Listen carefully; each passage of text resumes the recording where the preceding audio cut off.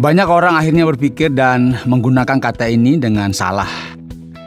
Apa arti orang kudus? Orang kudus berarti seseorang yang hampir tidak pernah makan, atau seseorang yang benar-benar hidup terpisah dari dunia ini, yang tidak berbicara kepada seorang pun, yang jauh di sana, di planet yang berbeda. Saudara pendengar, bersama dengan saya Oti Priambodo dalam program Jalan 66. Program ini akan memberikan pengetahuan Alkitabiah dan menyuguhkan kepada kita jalan keselamatan.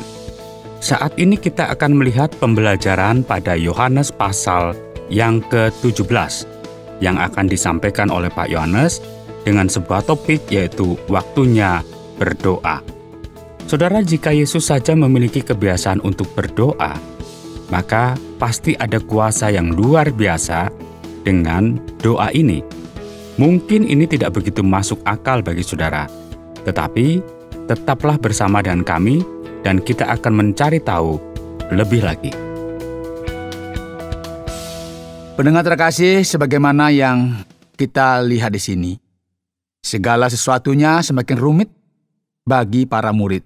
Setelah Yesus menjelaskan tujuannya secara jelas dan melakukan pelayanan secara umum, kini ia akan berbalik kepada para muridnya dalam beberapa pasal terakhir ini, dan ia akan memberikan perhatiannya untuk mengekspresikan dan menyatakan apa yang akan terjadi selanjutnya, yaitu apa yang akan terjadi sesaat lagi. Dan selama masa persiapan ini, ketika Yesus sudah dekat dengan saat kematiannya dan kebangkitannya, kita akan melihat doa Yesus yang sangat terkenal yang ditulis dalam Yohanes pasal 17 ini. Dan seringkali kita menyebutnya sebagai doa Imam Agung. Pasal 17 mulai ayat 1 menuliskan ketika Yesus berdoa, lalu ia menengadah ke langit, sebagaimana yang sering kita lihat di sepanjang kitab-kitab Injil. Bapa, telah tiba saatnya, permuliakanlah anakmu, supaya anakmu mempermuliakan engkau. Sama seperti engkau telah memberikan kepadanya kuasa atas segala yang hidup. Demikian pula ia akan memberikan hidup yang kekal kepada semua yang telah engkau berikan kepadanya. Inilah hidup yang kekal itu, yaitu bahwa mereka mengenal engkau, satu-satunya Allah yang benar, dan mengenal Yesus Kristus yang telah engkau utus. Aku telah mempermuliakan engkau di bumi dengan jalan menyelesaikan pekerjaan yang engkau berikan kepadaku untuk melakukannya.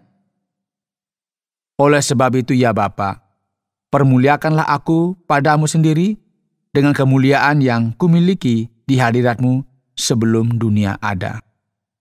Saudara, Yesus sudah dekat dengan saat-saat kematian dan penderitaannya. Ia memanjatkan doa kepada Sang Bapa, dan dalam doa ini ia memohon supaya ia mampu menggenapi misinya secara penuh yang berkaitan dengan memuliakan Sang Anak. Kita harus mengingat bahwa Allah Anak, pribadi kedua dalam Trinitas, yang telah menjelma menjadi manusia ke dalam dunia. Ia menyerahkan kemuliaannya, dan sekarang ia bersiap-siap untuk kembali kepada kemuliaan yang ia miliki sebelumnya. Bahkan sebelum dunia ini ada, sesuai dengan apa yang kita baca dalam ayat 5 ini. Yesus berdoa, dan dasar dari permohonan doanya ini adalah supaya ia menggenapi seluruh misinya.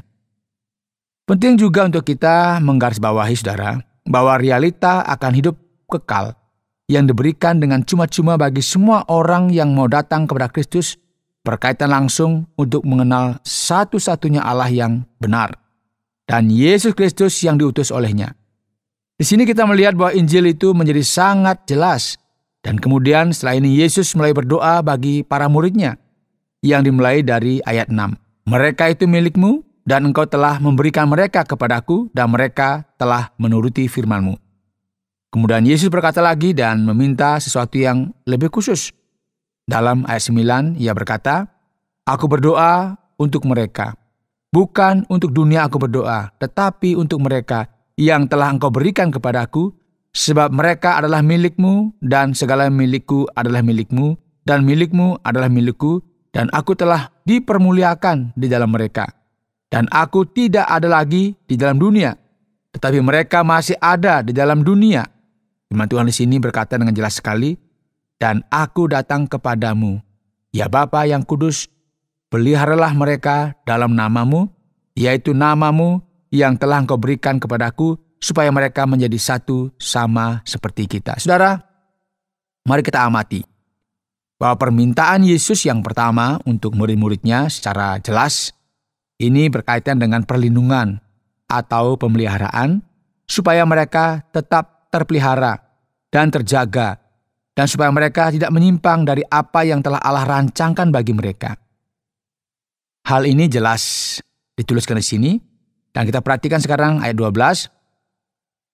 Selama aku bersama mereka, aku memelihara mereka dalam nama-Mu, yaitu nama-Mu yang telah Engkau berikan kepadaku. Aku telah menjaga mereka, dan tidak ada seorang pun dari mereka yang binasa selain daripada dia yang telah ditentukan untuk binasa, supaya genaplah yang tertulis dalam kitab suci.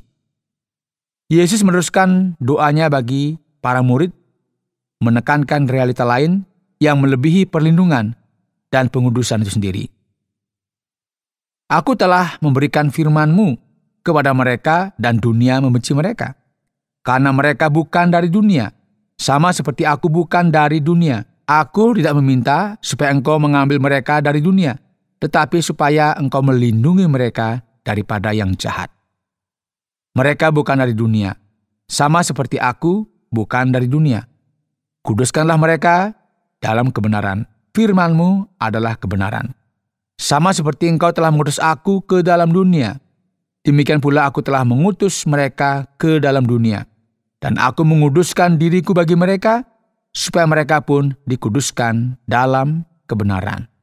Saudara, Yesus meminta dua hal, yaitu perlindungan, supaya para murid tetap teguh dalam iman, dan untuk pengudusan, yang berarti penyucian khusus, dipisahkan dari roh duniawi, dari apa yang salah, dan pengudusan ini terjadi melalui kebenaran yang dinyatakan dalam firman Tuhan. Saudara, pengudusan terjadi karena adanya perubahan hidup yang disebabkan oleh firman Allah.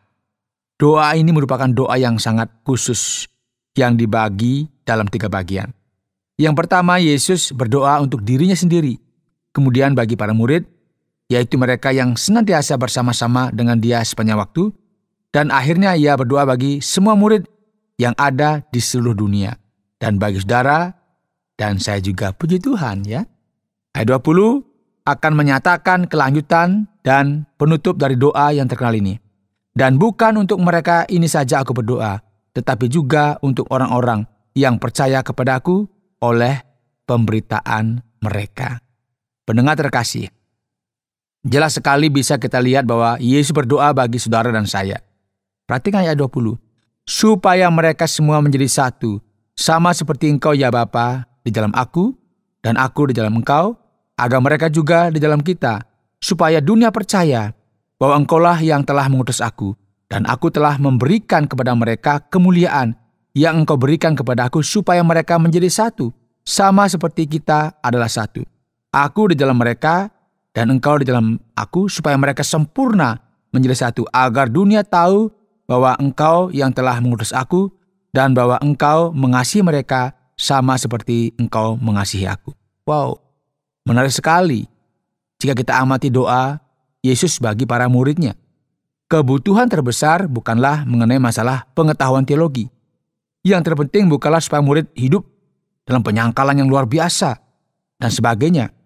Kebutuhan terbesar mereka mungkin tidak seperti yang kita pikirkan selama ini. Yesus tidak berdoa supaya para murid menjadi guru besar yang hebat, atau supaya mereka menjadi orang-orang yang sangat berbeda dari orang di sekitarnya, berdasarkan sikap skeptis mereka. Yang Ia minta adalah apa, saudara? Kesatuan. Pendengar yang dikasihi Tuhan, ini merupakan sesuatu yang sangat penting. Bagaimana kita dapat memahami bahwa orang Kristen yang mengikuti Allah yang sama, yang mengasihi Kristus yang sama, yang memiliki tujuan yang sama, yaitu hidup kekal, yang percaya kepada kitab yang sama. Jadi bagaimana kita dapat memahami bahwa sering kali mereka menunjukkan suatu perpecahan yang luar biasa? Jelas sekali ada polarisasi, pemisahan antara mereka yang merupakan saudara seiman. Menarik sekali jika kita amati bahwa sering kali kita membayangkan dampak yang luar biasa dari iman Kristen kepada dunia tergantung kepada strategi kita, ya, kedalaman teologi kita, atau bahkan tingkat kerohanian kita. Di sini Yesus jelas berkata bahwa sebagaimana yang baru saja kita baca dalam firman Tuhan, supaya mereka menjadi satu kesatuan yang utuh, supaya dunia tahu bahwa Engkau mengutus aku dan mengasihi aku. Kesatuan di antara orang Kristen, saudara, merupakan pesan yang luar biasa yang diperlukan supaya mereka benar-benar melihat siapakah Kristus itu. Dan inilah yang merupakan tantangan yang luar biasa yang kita miliki pada masa-masa ini. Dan Yesus berkata lagi sampai kepada penghujung dari pasal ini. Dan perkataannya ini diucapkan dalam doanya, "Ya Bapa, aku mau supaya dimanapun aku berada, mereka juga bersama-sama dengan aku. Mereka yang telah Engkau berikan kepada aku, agar mereka memandang kemuliaanku yang telah Engkau berikan kepada aku. Sebab Engkau telah mengasihi aku sebelum dunia dijadikan. Ya Bapa yang adil, memang dunia tidak mengenal Engkau, tetapi aku mengenal Engkau, dan mereka ini tahu bahwa Engkaulah yang telah mengutus aku. Dan aku telah memberitahukan namamu kepada mereka, dan aku akan memberitahukannya, supaya kasih yang Engkau berikan kepada aku ada di dalam mereka, dan aku di dalam mereka."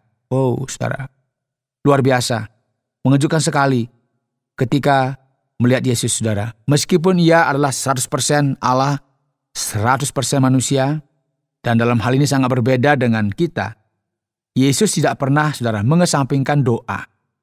Doa merupakan sesuatu yang inti dan merupakan bukti bahwa kita benar-benar percaya kepada Allah. Doa merupakan wujud konkret dari iman, dari mereka yang benar-benar percaya kepada Allah.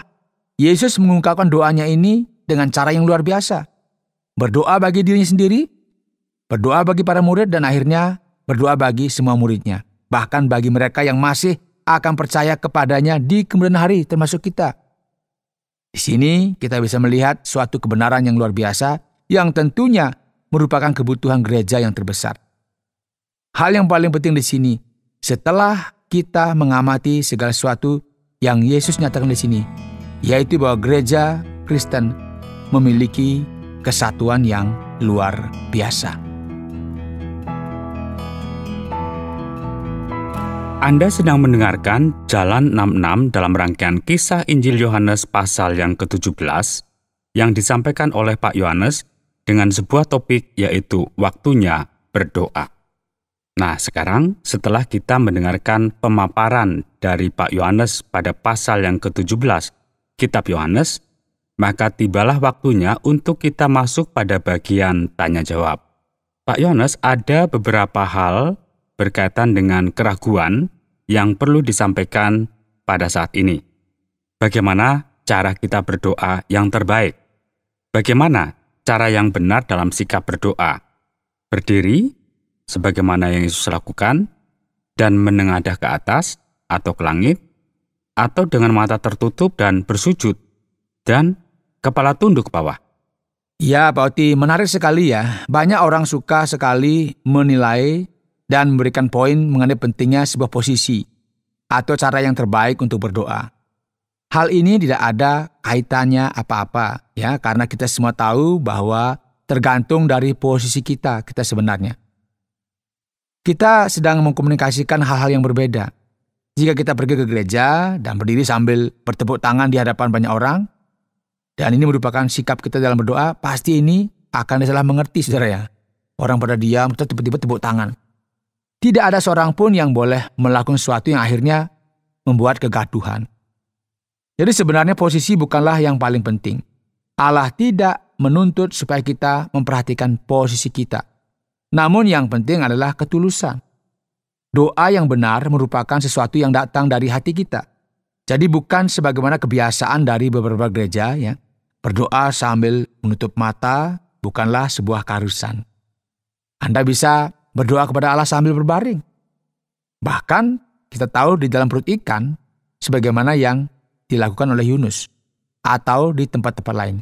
Jadi kesimpulannya tidak ada posisi khusus yang diwajibkan di dalam berdoa. Sekarang kalau kita perhatikan pada pasal ini, yaitu Yohanes pasal yang ke-17, Yesus banyak menekankan kemuliaannya dan kemuliaan Sang Bapa. Apa arti dipermuliakan di sini, Pak Yohanes?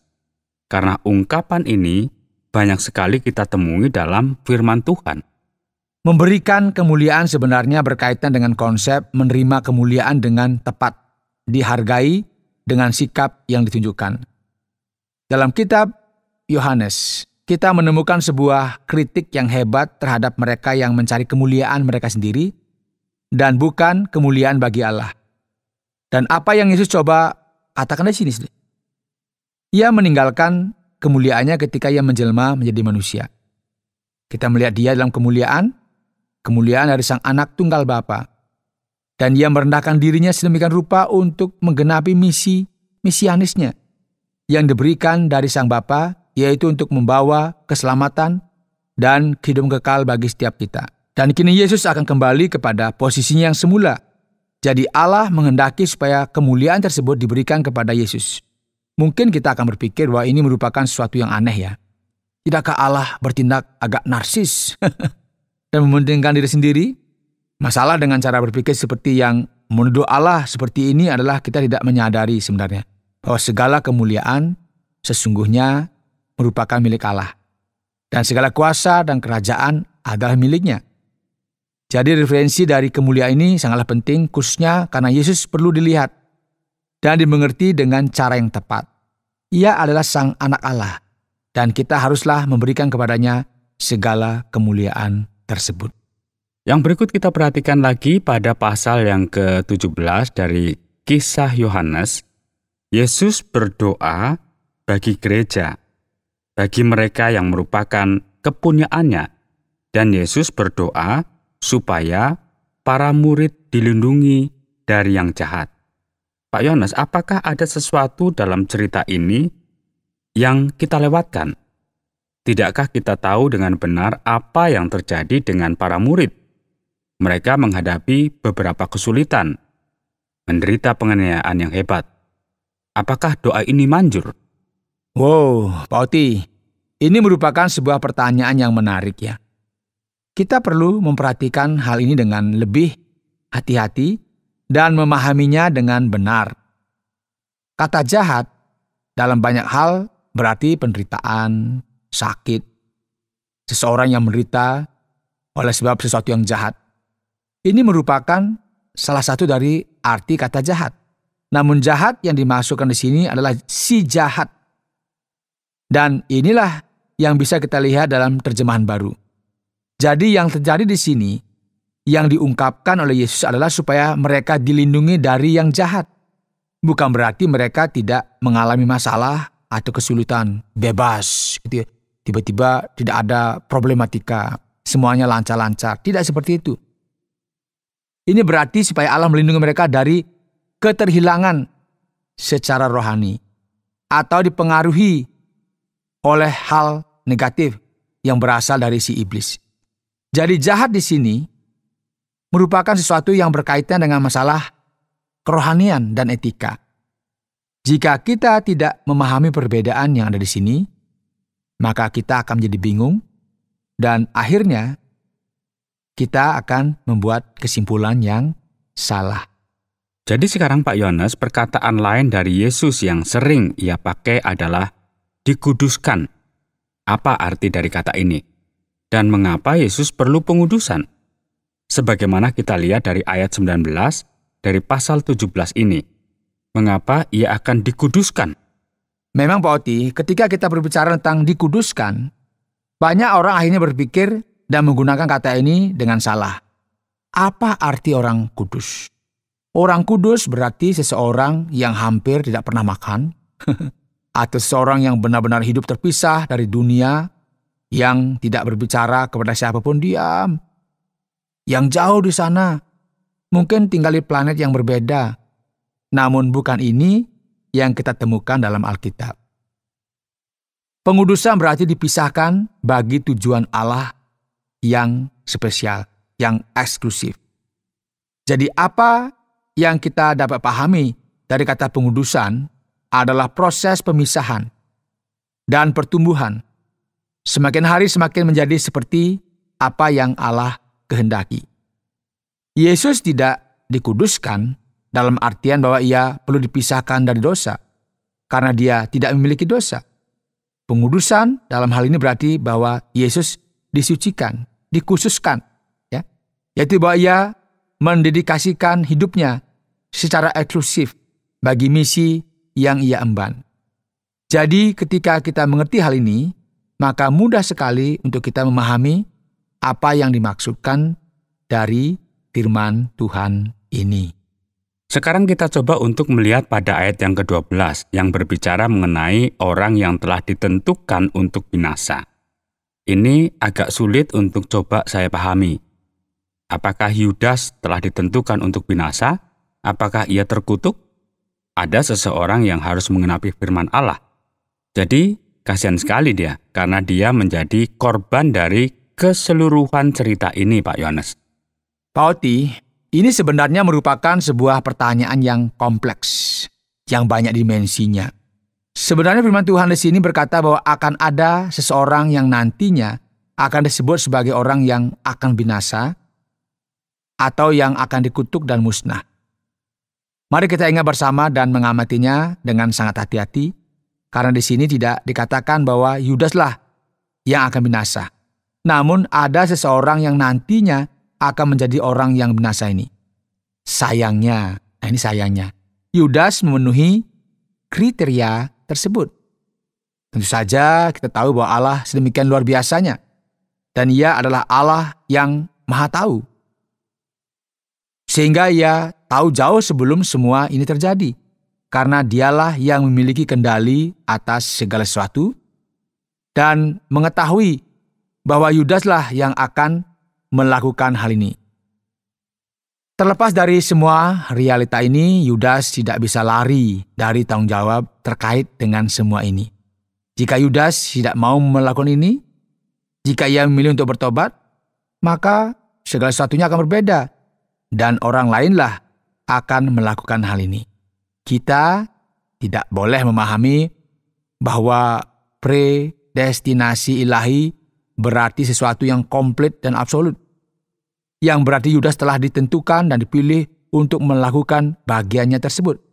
Hal ini juga tidak berarti bahwa ia tidak memiliki pilihan, atau dia layaknya sebuah boneka yang digerakkan seenaknya oleh sang pemain boneka. Jadi, tidak seperti itu maksudnya, Poti.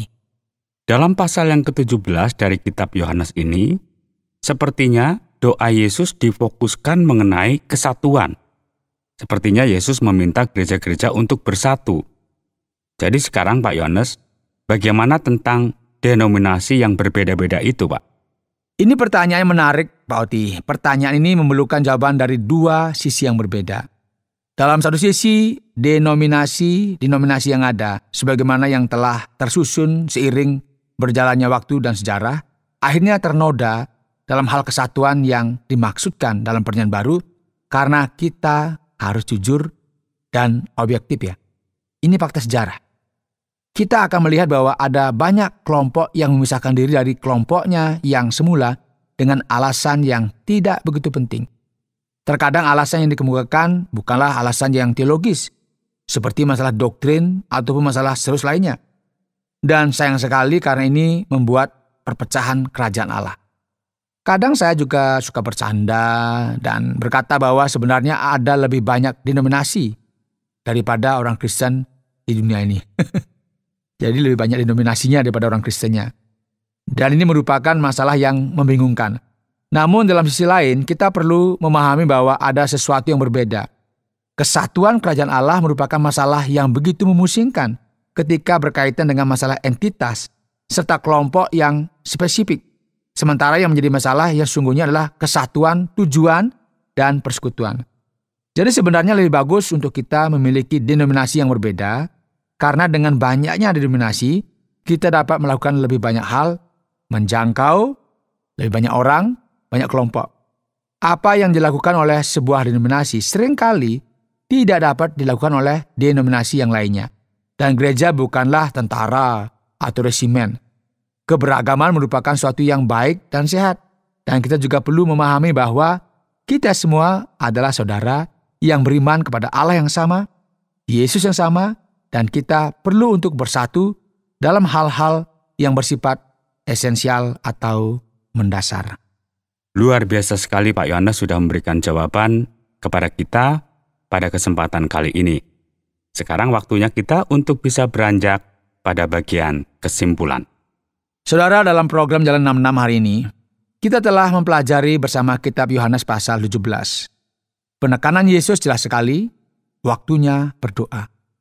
Yesus berdoa untuk dirinya sendiri, berdoa untuk para murid, dan bagi semua pengikutnya di seluruh dunia, yaitu mereka yang percaya kepadanya. Pendengar yang dikasihi, jika kita melihat realita ini, doa Yesus memberikan poin yang penting bagi pentingnya kesatuan tubuh Kristus. Dan kita perlu tahu bahwa saat ini, gereja sedang berkembang, mengumandangkan Injil, dan kita harus membuat sebuah perbedaan dalam masyarakat sekuler yang penuh dengan berbagai masalah. Upaya untuk menuju ke arah ini banyak sebenarnya. Namun saya pikir bahwa kita semua perlu berhenti sejenak dan mengerti bahwa ada realita yang luar biasa yang ditunjukkan dalam semua hal ini. Karena yang penting dan yang paling menantang adalah supaya kita memiliki kesatuan. Terkhusus dalam dunia kerohanian atau keagamaan yang penuh dengan berbagai perpecahan dan keberagaman. Kita harus jelas bahwa dunia kita ini hanya akan merasa dampak Injil jika kita benar-benar bersatu. Saudara pendengar, karena waktu yang tidak memungkinkan, kita akhiri program Jalan 66 kali ini. Apakah saudara ingin mengetahui terlebih lagi mengenai kehidupan dan pengajaran Yesus? Kami menantikan Anda untuk tetap mengikuti pelajaran berikutnya dalam lanjutan pembelajaran tentang apa yang diajarkan Yesus Kristus kepada kita. Saudara, program Jalan 66 mengundang Anda untuk terus bersama dalam seri pembelajaran Alkitab yang memberikan pelajaran menyeluruh tentang firman Tuhan. Jika Anda memiliki pertanyaan atau berespon terhadap topik berhubungan dengan program ini, silakan menyampaikan melalui WhatsApp ke nomor 081 333 777 386. Terima kasih atas perhatian Anda.